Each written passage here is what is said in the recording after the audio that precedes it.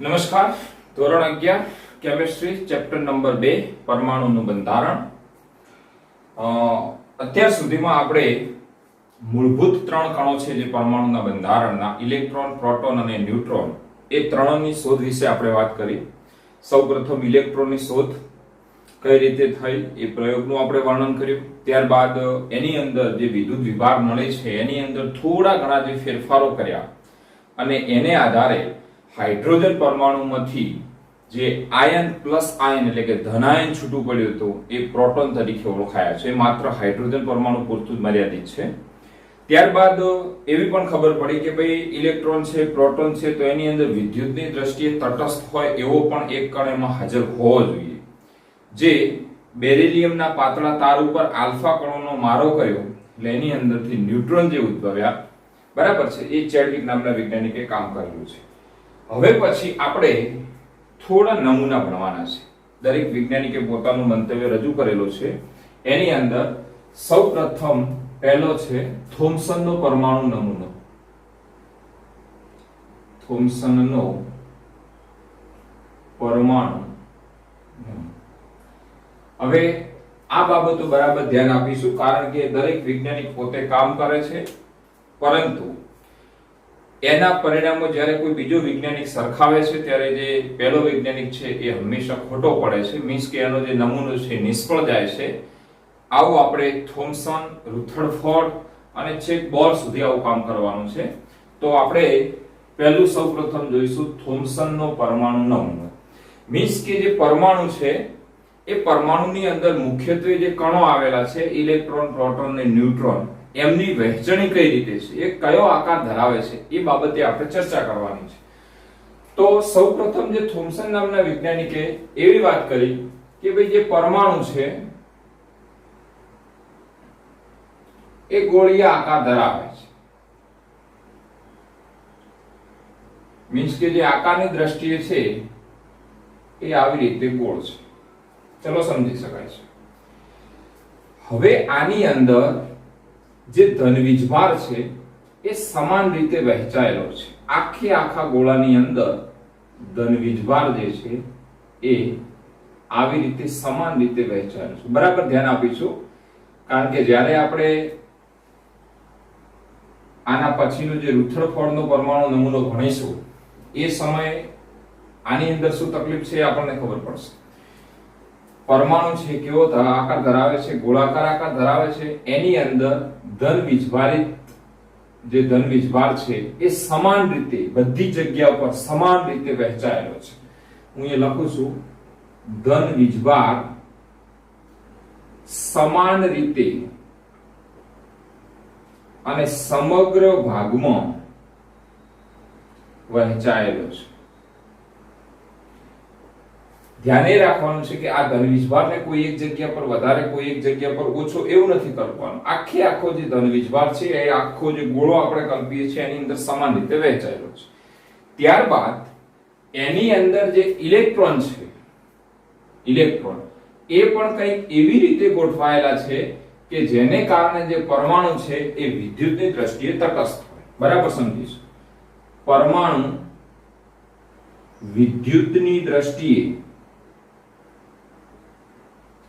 કેવો છે? તટસ્થ. હવે તટસ્થ ક્યારે હોય તો એ આપણને ખબર છે. મીન્સ કે જેટલો અંદર ધનવીજભાર હોય સેમ પ્રોસેસમાં એટલો શું હોય? ઋણ વીજભાર. એટલે ઇલેક્ટ્રોન અંદર એવી રીતે ગોઠવાયેલા છે કે જેને કારણે પરમાણુ છે વિદ્યુતની દ્રષ્ટિએ કેવો છે? તટસ્થ છે. તો આ નમૂનો જે છે થોમ્સને આપ્યો છે. બસ થોમ્સને આટલી વાત કરી છે. હવે આ જે નમૂનો છે એમને અલગ અલગ નામ આપેલા છે. એની અંદર એક નામ છે પ્લમ પુડિંગ,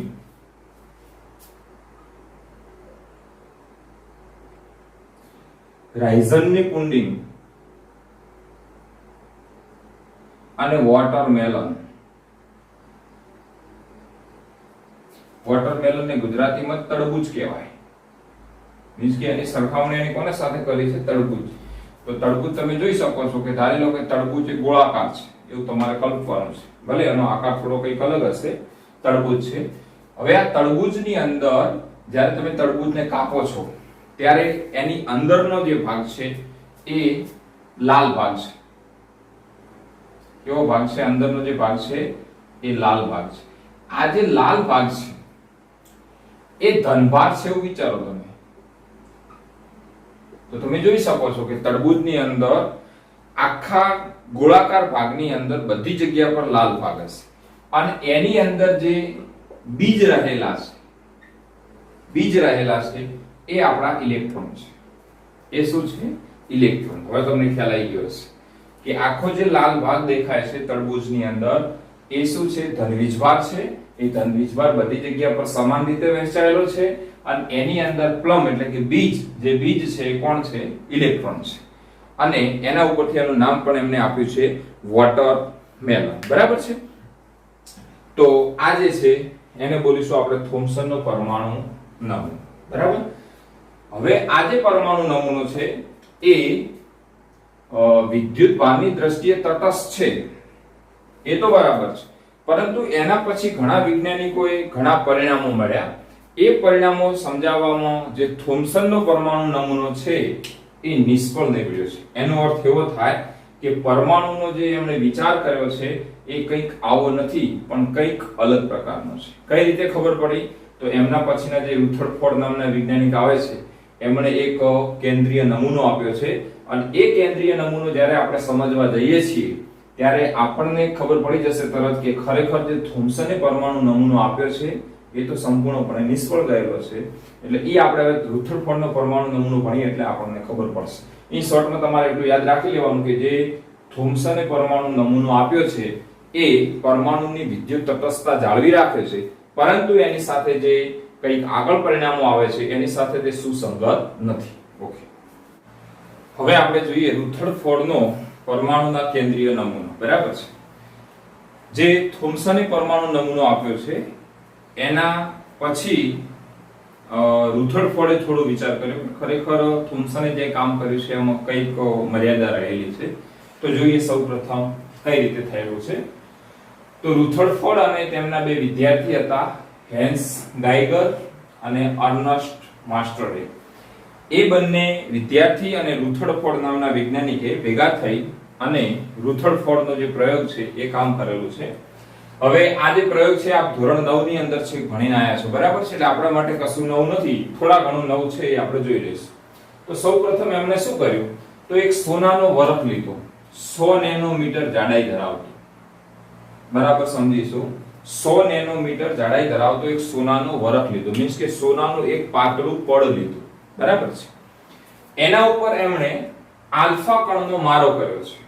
આલ્ફા કણ કાલે આપણે જોયું તો ન્યુટ્રોનની શોધમાં જેમ બેરિલિયમ ઉપર નાખ્યો હતો, તો એ સૌપ્રથમ જોઈ લો આલ્ફા કણ શું છે. તો આલ્ફા કણ એ હિલિયમ +2 છે, બીજું કશું જ નથી. 2He4 આવી રીતનું હિલિયમ હોય. જ્યારે હિલિયમ 2 ઇલેક્ટ્રોન ગુમાવી નાખે ત્યારે શું બને છે? He+2. આ જે છે એ કોણ છે? આલ્ફા. હવે આ આલ્ફા કણ પછી બીટા હોય, ગામા હોય, એની વિસ્તૃત માહિતી આપણને બુકની અંદર આપેલી છે, આપ વાંચી શકશો. વિભેદન શક્તિને આધારે કોની શક્તિ વધારે છે, કોની શક્તિ ઓછી છે, એ બધી ડિટેલ તમને આપી છે, તમે જોઈ શકશો. જેમ ઇલેક્ટ્રોન, પ્રોટોન, ન્યુટ્રોન હોય એવી રીતે આ ધન વીજભાર ધરાવે છે, બીટા ઋણ વીજભાર ધરાવે છે, ગામા એ ઋણ વીજભાર રહિત છે, એટલે કે કોના જેવો છે? ન્યુટ્રોન જેવો. આ ઇલેક્ટ્રોન જેવો, ના કોના જેવો છે? પ્રોટોન જેવો છે. બરાબર? વિસ્તૃત માહિતી બુકમાં આપેલી છે. હાલ પૂરતો આપણે એટલે એટલું યાદ રાખીશું કે જે આલ્ફા કણ છે એ બીજું કશું જ નથી પરંતુ હિલિયમના કણો છે. બરાબર છે? હવે આલ્ફા કણ જો તમારે જોઈતો હોય તો ક્યાંથી મળે? તો અહીંયા લખ્યું છે આલ્ફા કણનો સ્ત્રોત. હવે જે રેડિયો સક્રિય ધાતુ છે, રેડિયો સક્રિય ધાતુ, ઉદાહરણ તરીકે યુરેનિયમ, બોર્ન પછીને જે તત્વો છે મોસ્ટ ઓફલી એમાં રેડિયો સક્રિયતા વધારે જોવા મળે છે. આની અંદરથી તે આલ્ફા, બીટા અને ગામા આવા ઊંચી શક્તિ ધરાવતા કણો નીકળતા હોય છે. તો અહીંયા તમારે આલ્ફા કણનો સ્ત્રોત લેવાનો છે. અહીંયાથી નીકળેલો આલ્ફા કણ એ સીસાની પ્લેટની અંદરથી પસાર થઈ અને સીધો અહીંયા સોનાના વરખ ઉપર પડે છે. આ જે છે સોનાનું વરખ છે, સમજજો બરાબર. સોનાનું વરખ છે એટલે તમારે જે થોમ્સને બતાવ્યું હતું કે પરમાણુ એ ગોળાકાર છે, અહીંયા આ જે છે એની સરખામણી અહીંયા કરો. આ સોનાનો જે વરખ છે એટલે તમે એવું વિચારી લો કે અહીંયા આ સોનાનો વરખ છે, મીન્સ કે એ ગોળાકાર સ્વરૂપે છે. આલ્ફા કણો જ્યારે આના ઉપર પડ્યા ત્યારે ધારી લો કે આ આલ્ફા કણ અહીંયા પડે છે, આવી રીતે સમજો એટલે વ્યવસ્થિત સમજાશે. હવે જ્યારે આલ્ફા કણ પડે છે ત્યારે એની શક્તિ તો ઘણી વધારે છે, એટલે એ આલ્ફા કણ શું થશે જ્યારે કિનારે એના દિવાલ ઉપર આવે છે તો થોમ્સને એવું કીધું હતું કે આમાં ધન વીજભાર બધી રીતે સમાન રીતે ગોઠવાયેલો છે, સમાન રીતે ગોઠવાયેલો. જોજો થોમ્સન કઈ રીતે ખોટા પડે છે. આ આલ્ફા કણ અહીંયા જાય છે એટલે અહીંયા જશે. તમને ખબર છે આલ્ફા કણ કયો વીજભાર ધરાવે છે? પ્લસ વીજભાર. આ કયો છે? પ્લસ વીજભાર. તરત શું થઈ જાય? અપાકર્ષણ થશે. અપાકર્ષણને કારણે કણ જે છે ક્યાં આવશે? પાછો આવશે. પરંતુ રૂથડફળને આ વસ્તુ જોવા નથી મળી. એમને શું જોવા મળ્યું કે જ્યારે આલ્ફા કણના સ્ત્રોતની અંદરથી આલ્ફા કણ પસાર થઈ સીસાની પ્લેટમાં ને સીસાની પ્લેટમાંથી સીધો તે સોનાના વરખ ઉપર પડે છે ત્યારે આ સોનાના વરખમાંથી મોટા ભાગના આલ્ફા કણો સીધા બહાર નીકળી જાય છે. થોડા ઘણા જે આલ્ફા કણો છે એ થોડા નાના ખૂણે વિચલન પામે છે, સીધી લીટીમાં જવાની જગ્યાએ ઉપર નીચે જાય છે. હવે આ શું છે? તો આ એક ફોટોગ્રાફિક પ્લેટ છે, મીન્સ કે પ્રસ્ફુરણ પડદો છે. કારણ કે આપણને ખબર તો પડ્યું છે કારણ કે આલ્ફા કણો આપણે જોઈ શકતા નથી, તો અહીંયાથી સીધે ગયેલા કણો સીધા આના ઉપર જશે એટલે અહીંયા ઝબકારો ઉત્પન્ન થશે. એ આપણને ખબર છે, જે ઝિંક સલ્ફાઇડ નો પ્રસ્ફુરણ પડદો બનેલો હોય છે. તો અહીંયા સોનાના વરખમાંથી નીકળેલા આલ્ફા કણો છે એ મોસ્ટ ઓફલી બધા બહાર નીકળી ગયા. એ આપણે સમજીએ કઈ રીતે. અને જ્યાં આલ્ફા કણ અથડાયો છે ત્યાંથી શું ઉત્પન્ન થતો હશે? ઝબકારો ઉત્પન્ન થતો હશે. હવે આ ફિગર અહીંયા દોરેલી છે, સમજો. આ આલ્ફા કણો છે, અહીંયાથી આલ્ફા કણો નીકળે છે. આ આપણો પરમાણુ છે, સમજી લો. તો અહીંયાથી કિરણ નીકળ્યું સીધું આપ જોઈ શકો છો. મોસ્ટ ઓફલી બધા કિરણો સીધા બહાર નીકળી જાય છે. મેં અહીંયા 2 કે 3 કિરણો એવા બતાવ્યા છે કે થોડું વિચલન પામે છે. વિચલન એટલે પોતાની મૂળ દિશામાંથી કંઈક બીજી દિશામાં જવું. એક અહીંયા આવે છે અને એક કિરણ અહીંયા પાછું ફરે છે. આકૃતિ આ દોરો કે આ દોરો એકની એક જ છે, બરાબર. આ વરખને સાથે સમજાયેલું છે, અહીંયા તમને આખું અલગથી સમજાયું છે, બરાબર છે. આણ્વીય દ્રશ્ય દર્શાવ્યું છે તમને. તો અહીંયા જે મોટા ભાગના આલ્ફા કણો છે સીધા નીકળી જાય છે, જ્યારે થોડા ઘણા જે આલ્ફા કણો છે નાના ખૂણે એ શું પામે છે? વિચલન પામે છે. અને કેટલાક કણો એવા છે કે જે પોતે જે આ દિશામાંથી આયા છે એની એ દિશામાં શું ફરે છે? રિટર્ન ફરે છે. એની દિશામાં શું ફરે છે? રિટર્ન ફરે છે, એટલે પાછો ફરે છે. એટલે હવે સમજો આવી ઘટના બનતી હશે. અહીંયા પ્લસ વીજભાર છે, આલ્ફા કણ ધન વીજભાર ધરાવે છે. અપાકર્ષણને કારણે તરત શું આવતું હશે? પાછો આવતો હશે. અહીંયા કણ જતો હશે, થોડા ઘણું અહીંયા વિચલન પામે છે. પરંતુ થોમ્સને તો એવું કીધું છે કે આખાની અંદર ધન વીજભાર છે. તો અહીંયા તો આપણે ગમે એટલા કણો પસાર કરીએ બધા જ કણો શું આવવા જોઈએ? પાછા આવવા જોઈએ.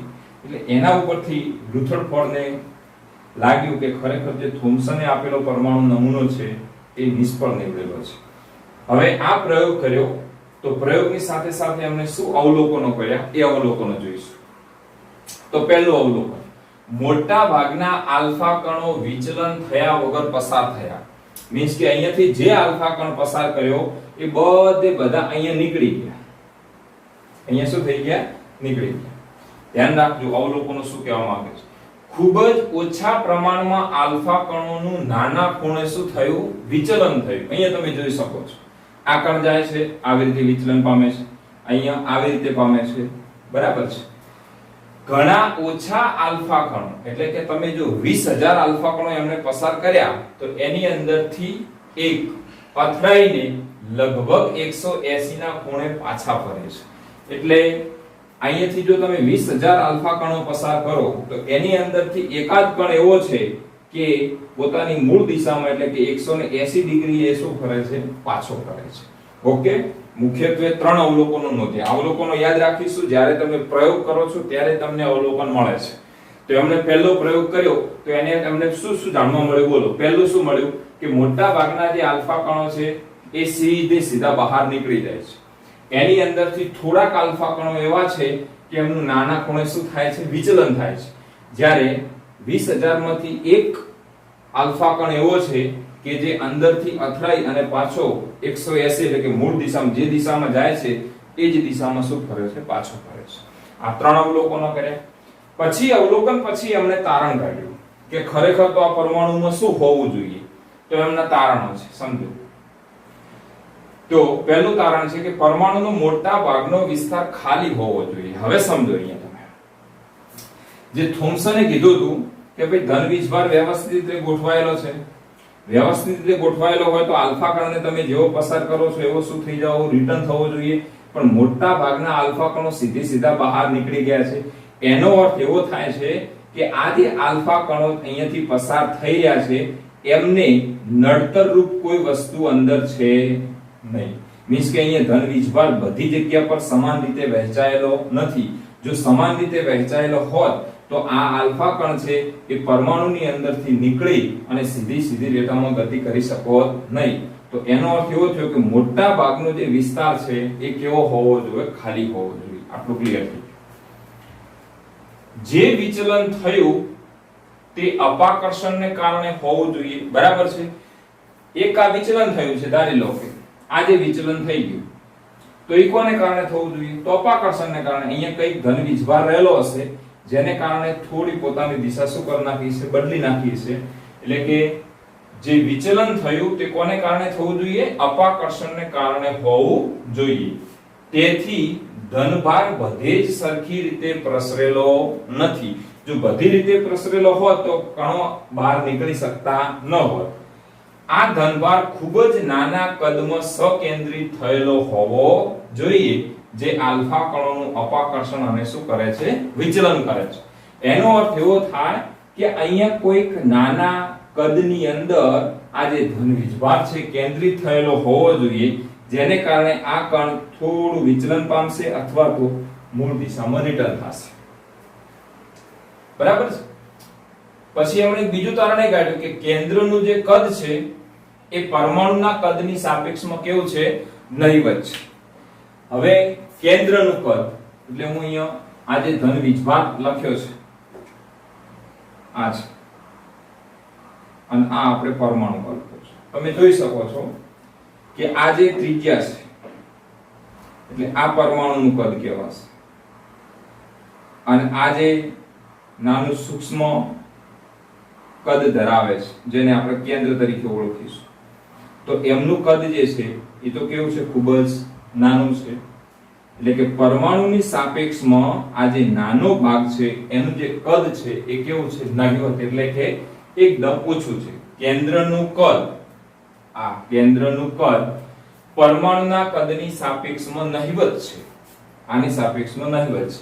પરમાણુની ત્રિજ્યા કેટલી આપી છે, 10 મીટર છે.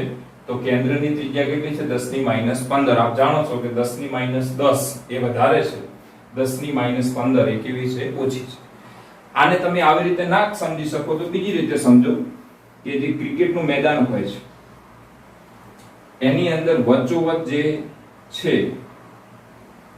એને તમે દડો કહો તો દડો એ તમારું કેન્દ્ર છે, સમજી લેજો. જે બોલ છે એ તમારું શું છે, કેન્દ્ર છે. અને એનાથી 5 કિલોમીટર અંતર લેવાનું. કેટલું, 5 કિલોમીટર અંતર. એ જે આખું રાઉન્ડ બને છે એ તમારો પરમાણુ છે.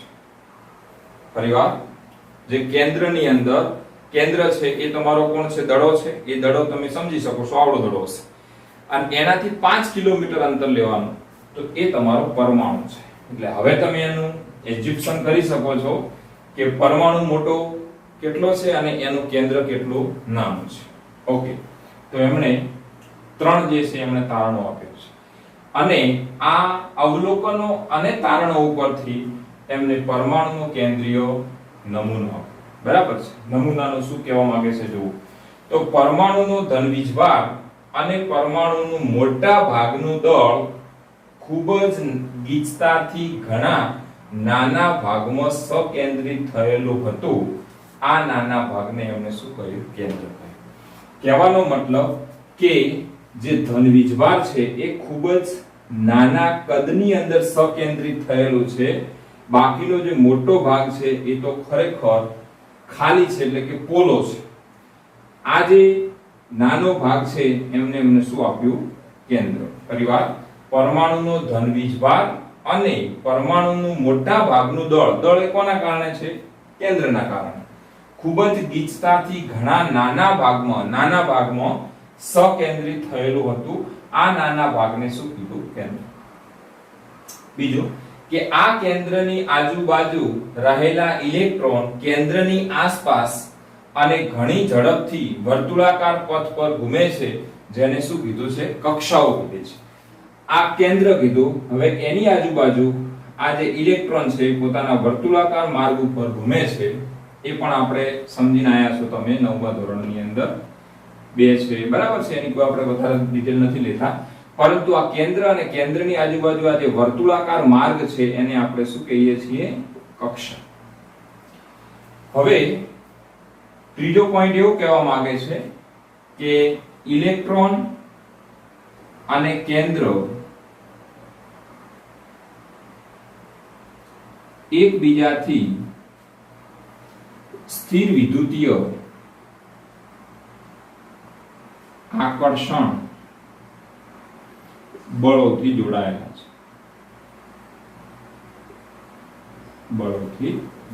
છે. મીન્સ કે આ ઇલેક્ટ્રોન અને અંદર જે કેન્દ્ર છે એ કેન્દ્ર બંને વચ્ચે સ્થિર વિદ્યુતીય આકર્ષણ, મીન્સ કે આ પ્લસ વીજભાર, આ માઈનસ વીજભાર. હવે આને તમે સ્થિર વિદ્યુતીય બોલો તો પણ ચાલે, કુલંબિક બોલો તો પણ ચાલે છે, બરાબર છે. આ બધા શબ્દો એકના એક જ છે. સ્થિર વિદ્યુતીય, કુલંબિક બળો એ એક જ છે. તો આ થયો રૂથડફોર્ડનો પરમાણુ નમૂનો. હવે તમને ખ્યાલ આવ્યો હશે કે જે થોમ્સને પરમાણુ નમૂનો આપ્યો છે એ કઈ રીતે નિષ્ફળ નીવડ્યો. ઇન શોર્ટ ની અંદર આખી જો વાત કરવી હોય તો સિમ્પલ રીતે એવું કહી શકાય કે થોમ્સનનો જે પરમાણુ નમૂનો છે એની અંદર થોમ્સને પરમાણુને ગોળાકાર કલ્પેલો હતો. એ ગોળાકારની અંદર ધન વીજભાર બધી જગ્યા પર સમાન રીતે ગોઠવાયેલો છે, અને શબ્દ વાપર્યો છે સમાન રીતે વહેંચાયેલો છે. એની અંદર ઇલેક્ટ્રોન પણ એવી રીતે ગોઠવાયેલા છે કે જેને કારણે પરમાણુ વિદ્યુતની દ્રષ્ટિએ તટસ્થ છે એ પણ વ્યવસ્થિત રીતે સમજાઈ શકે છે. પરંતુ જ્યારે રૂથડફોર્ડે આ આલ્ફા કણનો પ્રયોગ કર્યો તો એ સમયે આ જે પ્રયોગ છે એની અંદર જે 100 નેનોમીટર સોનાનો પાતળો બરફ લીધો હતો અને એના ઉપર આલ્ફા કણનો મારો કર્યો. એટલે કે આવી રીતનું તમે સમજી શકો છો કણ છે, અથવા તો તમે એવું રીતે સમજી શકો છો કે તમે જે રૂમમાં બેઠા છો એ રૂમની કોઈ એક દિવાલમાંથી જો કણો પસાર કરવામાં આવે અને એ કણો સીધા બીજી દિવાલમાંથી નીકળી જાય, એનો અર્થ કે રૂમ જે છે એ મોસ્ટ ઓફલી કેવો છે? ખાલી છે. પણ કંઈક વચમાં એવું હશે જેને કારણે આલ્ફા કણ આવ્યો, અથડાયો અને શું થઈ ગયો? પાછો ફર્યો. તો એનો અર્થ એવો થાય છે કે આખા રૂમની અંદર બધી જગ્યા પર ધન વીજભાર સમાન રીતે ગોઠવાયેલો નથી, મોસ્ટ ઓફલી ખાલી છે. ઓકે. પછી 3 અવલોકનો કરી લીધા એમણે. અવલોકનો એમને જે જોવા મળે એના જ થયા કે મોટા ભાગના આલ્ફા કણો સીધા વિચલન પામ્યા વગર, ઓછા આલ્ફા કણોનું થોડું વિચલન થયું. પાછા કેટલા ફર્યા? તો 20000 માંથી એક આલ્ફા કણ શું ફર્યો? પાછો ફર્યો. પછી એની અંદર એને વિચાર કર્યો કે તારણો, મીન્સ કે અવલોકન થયા પછી તમે વિચારી શકો કે ખરેખર આવું થયું તો શું હોવું જોઈએ. તો એમણે એવું કીધું કે પરમાણુનો મોટા ભાગનો વિસ્તાર કેવો હોવો જોઈએ? ખાલી હોવો જોઈએ. એટલે પરમાણુ જે છે એ મોસ્ટ ઓફલી ખુલ્લો હોવો જોઈએ. અને જે વિચલન થયું છે કોને કારણે થયું છે? તો કોને કારણે થયું છે? અપાકર્ષણને કારણે. પછી એના ઉપરથી અમને એ આઈડિયા આવ્યો કે ભાઈ કેન્દ્રનું જે કદ છે તો ખૂબ નાનું છે, જ્યારે પરમાણુનું કદ છે એ કેવું છે? મોટું છે. ત્રિજ્યાને આધારે અને એમને એક ઉદાહરણ આપ્યું છે કે ક્રિકેટનું જે મેદાન છે એની અંદર વચ્ચોવચ્ચ કેન્દ્ર તમે ધારી લો તો કેન્દ્ર એ તમારો દડો છે. દડાથી જો 5 કિલોમીટર અંતર લેવામાં આવે તો એ આ ત્રિજ્યા દોરશો એ શું બનશે? પરમાણુ. અને એના પરથી અમને શું આપ્યો? કેન્દ્રીય નમૂનો. તો નમૂનાના જે મુદ્દા છે, પરમાણુનું મોટા ભાગનું જે દળ છે એ ક્યાં સકેન્દ્રિત થયેલું હોવું જોઈએ? તો કેન્દ્રની અંદર. અને આ કેન્દ્રની આજુબાજુ જે ઇલેક્ટ્રોન છે વર્તુળાકાર માર્ગ ઉપર ઘૂમે છે અને શું બોલી છે આપણે? કક્ષા. હવે આ જે કક્ષાની અંદર રહેલા ઇલેક્ટ્રોન અને કેન્દ્રમાં રહેલો ધન વીજભાર એટલે કે પ્રોટોન એકબીજાથી સ્થિર વિદ્યુતીય આકર્ષણ બળથી શું કરાયેલા હોય છે? જોડાયેલા હોય છે. ઓકે. તો આના ઉપરથી તમને પરમાણુના બંધારણની અગત્યની માહિતી મળે કે જે કેન્દ્ર